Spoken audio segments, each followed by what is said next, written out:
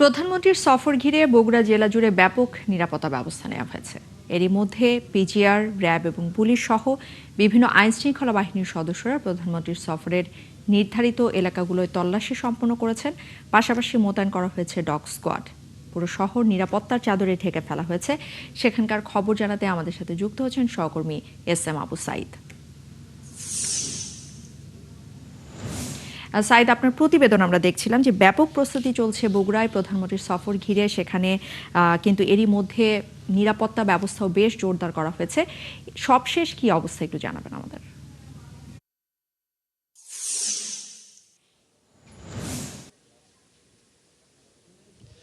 ধন্যবাদ ইশরাত। আমি এখন দাঁড়িয়ে আছি বগুড়ার গাবতলীর বাগবাড়ির জিয়াবাড়িতে।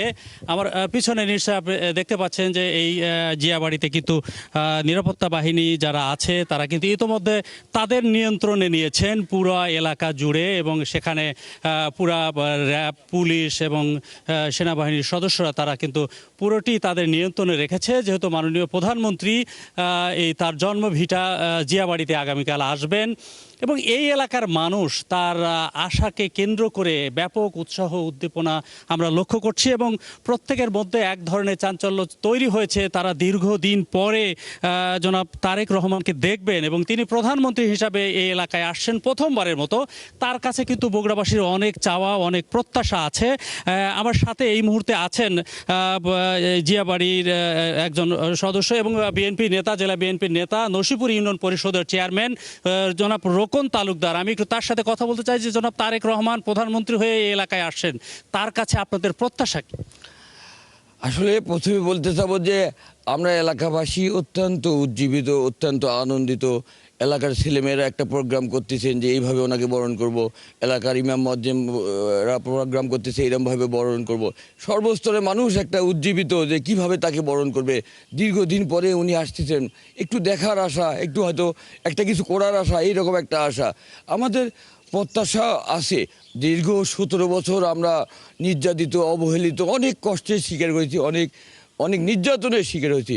বিধায় আমরা মাননীয় প্রধানমন্ত্রীকে বলবো, আমরা যে বিগত দিনের বঞ্চনা বা বা যা কিছু পাইনি সেইটুকু দিয়ে আমাদের যেন একটু আগায় নেন উনি। এই জনপদটা একটা সীমান্তবর্তী এলাকা, 3টে উপজেলার।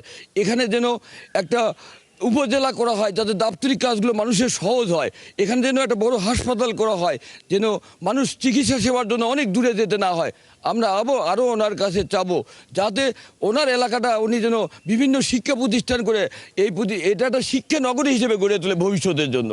অনেক অনেক ধন্যবাদ ইশরাত। আপনি শুনলেন যে এই এলাকার মানুষের কল্যাণে তারা যা চান, এবং বিশেষ করে যে এই জনপদে বেশ কিছু শিক্ষা প্রতিষ্ঠান তারা গড়ে তুলতে চান, এবং জনাব তারেক রহমানের নিজ এলাকা, তিনি সব কিছুই জানেন, কি করা দরকার তা করবেন।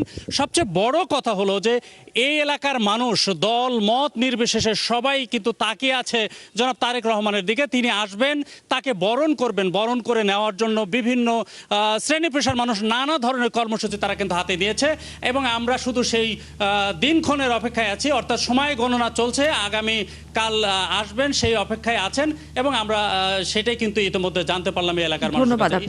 ধন্যবাদ আপনাকে এস.এম. আবু সাইদ, বগুড়া থেকে আমাদের সাথে যুক্ত হয়েছিলেন।